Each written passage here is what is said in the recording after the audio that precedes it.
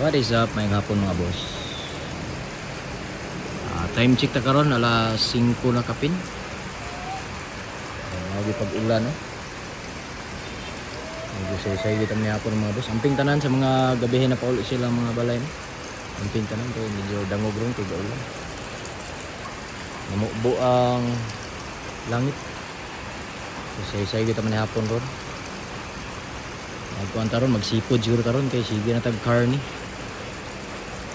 Seafood karon dinala tag seafood. What's up mga boss?